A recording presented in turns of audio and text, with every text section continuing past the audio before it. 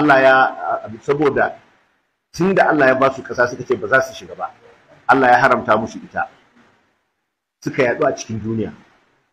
Allah ya yaɗa su ba su da ƙasa cikin tsawon shekarun nan gabaki ɗaya da ka sani. Kafin 1945 Yahudu ba su da ƙasa, sai dai suna zama a ƙarƙashin ƙasashe daban-daban, inda lokacin da suke Andalusia, Spain da Portugal, da Kirista suka zo suka ci Spain da Portugal, Catholics ne suka yi taftish, abin da ake ce mai Inquisition. Duk wanda yake bai Yahudi ko Kirista, duk wanda yake bai Yahudi ko Musulmi kashe shi suke yi ko ya koma addinin Catholics. To a lokacin nan saboda azabtarwa da aka rinka yi, da daular Usmaniya ta taso, sai suka rinka hijira, suka rinka tafiya kasashen daular Usmaniya, Turkiya da Syria da sauransu. To su ne suka ce za su haɗu su samu ƙasa tasu, kuma ƙasar Falasɗin suke so. Suka je suka ce ma Halifa Abdul Hamid na Ottoman Empire ya ba su dama su zo su sai gida, su zo su zauna a inda Falasɗin take yanzu. Ya ce ba zai ba su ba. To suka ce masa, mu kuma sai mun tabbatar kan cewar an kore ka kamar kare, an raba ka da mulkinka. Kuma haka suka samu, suka yi ƙungiyar asiri ta masoniya wanda ake ce masu the Young Turks, suka tashi suka yi juyin juya hali, suka cire shi halifa, suka zo suka mayar da Turki ta zama jamhuriya. Ana yin wannan aka buɗe ƙofa bayan an ci yaƙin duniya na farko, abinda aka fara tunanin ai shine aka ba da dama Yahudawa suka zo suka soma zama a nan ƙasar Falasɗin, har suka zo suka yi yawan da suka samu ɗaurin gindi, aka ce an ba su ta zama to ƙasarsu. Su kuma yan Falasɗin aka fitar da su a hankali, suna fitar da su har sai da ya kai ba su da wurin zama illa nan zirin Gaza da kuma West Bank na riba na kogin Jordan.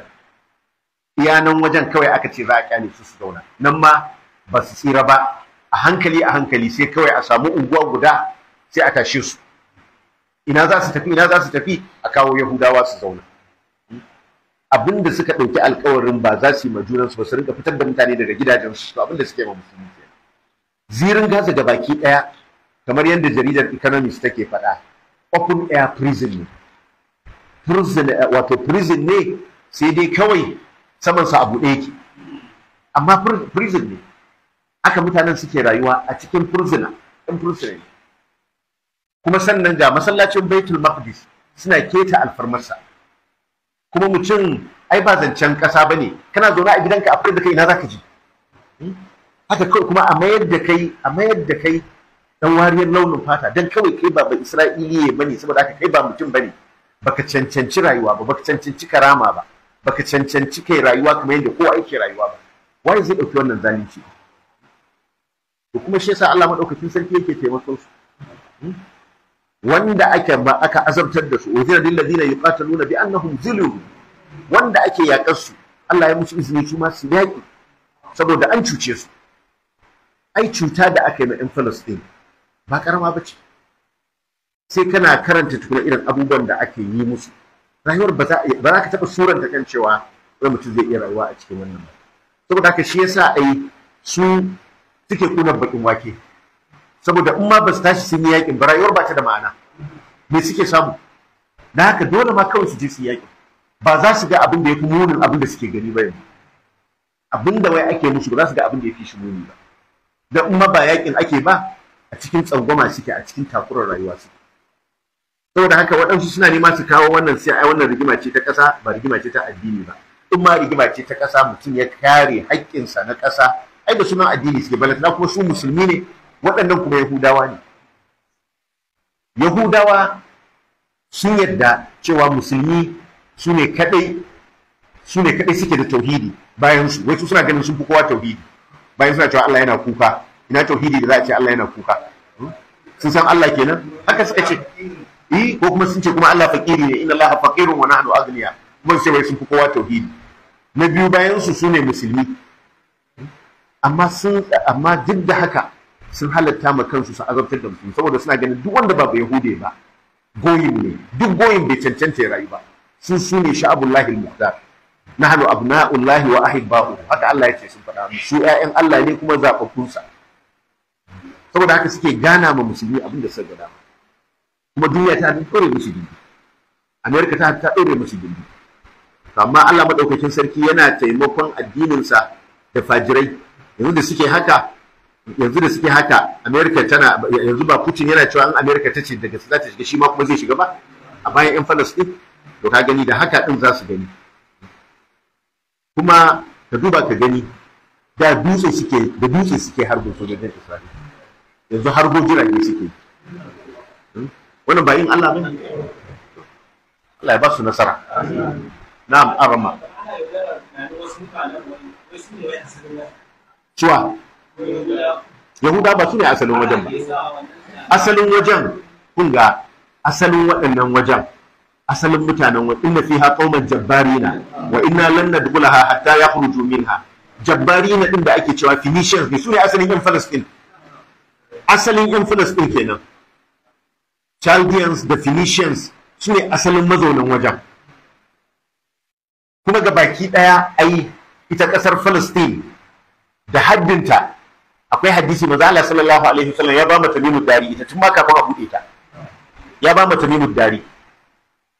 Kyautar annabi ta rusa kyautar kowa, ya ba mata Tamimud Dari. Ballantana kuma su Allah ya ce su shiga, udkhulu alaihimul baba fa idza dakhaltumuhu fa innakum ghalibun. Ku shiga kofar garin, suka ce ba za su shiga ba. Inna hahuna idhhab anta wa rabbuka faqatila inna hahuna qa'idun. Tafi da kai da ubangijin ka ku je ku yaƙi, mu muna nan. Haka ba suka ce ma Allah, suka ce ma annabi Musa.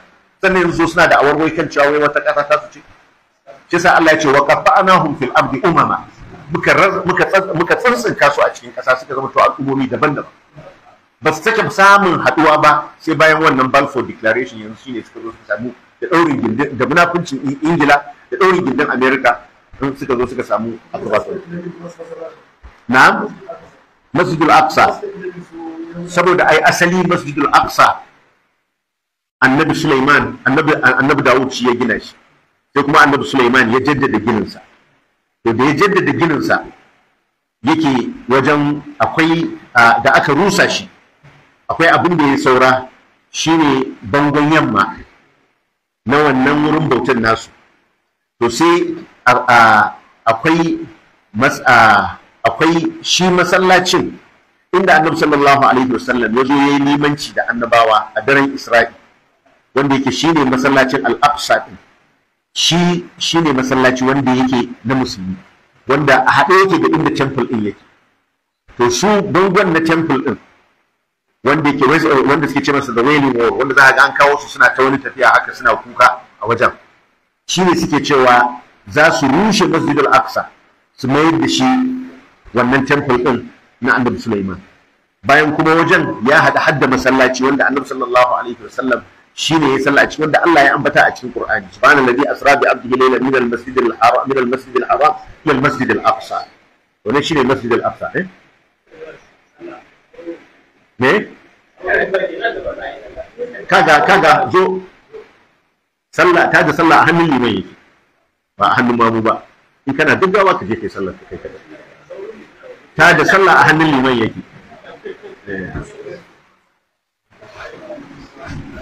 Na'am. So suke rushe masallacin su temple.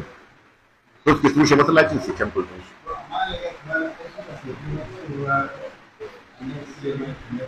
Su ba sai dama annabin Allah bane. Su a wajen su sarki ne.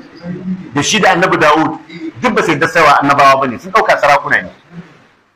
Sun dauka sarakuna, kuma ka duba waɗannan watsattsun kirista. Wai har suka zo kamar wannan wuke din.